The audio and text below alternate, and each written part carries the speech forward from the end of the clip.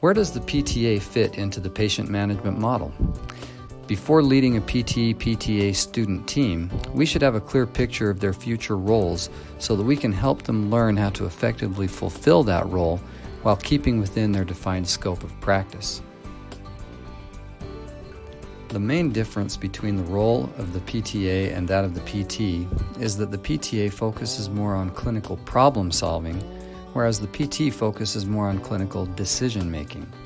Keep this distinction in mind as we look at some specifics of the PTA's role and scope. The APTA has developed several resources that help clearly define the PTA's role in patient care. These include House of Delegate policies, educational guides, continuing education courses, and even a PT/PTA team toolkit. Let's see what some of these resources say about the PTA's role. The APTA policy titled Direction and Supervision of the PTA tells us that the PTA's role includes implementing selected treatments, obtaining data on patients' response to treatment, and adjusting interventions to ensure safety or comfort or to progress the patient.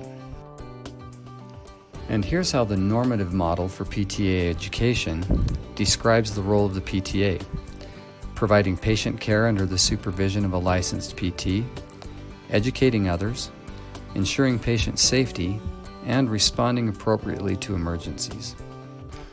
Finally, the APTA's document titled Minimum Required Skills of PTA Graduates at Entry Level describes the PTA's scope this way: reviewing the plan of care, clinical problem solving, progression and regression of interventions, and communication during interviews, assessment, and documentation.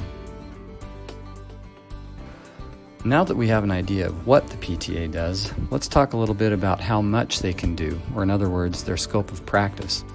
Within the patient management model, the PTA's scope lies mostly in the intervention phase, but also includes some data collection used for outcome measurement.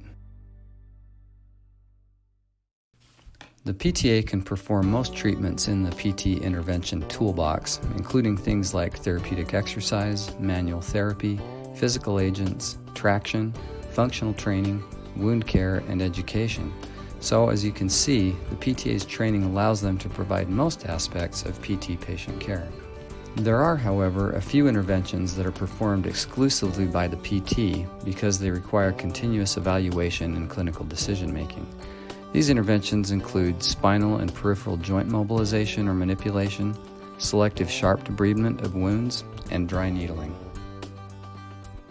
Some aspects of patient care require clinical decision-making and therefore cannot be delegated to the PTA. These include evaluation, diagnosis, prognosis, discharge, and interpreting referrals. PTAs can collect data to inform decisions in these areas, but the clinical decisions will be up to the PT. In summary, the PTA's scope involves clinical problem solving, usually applied to interventions, whereas the PT is responsible for anything that requires clinical decision-making. Together, their collaborative efforts lead to quality patient care. Think about how you might help your students learn this concept.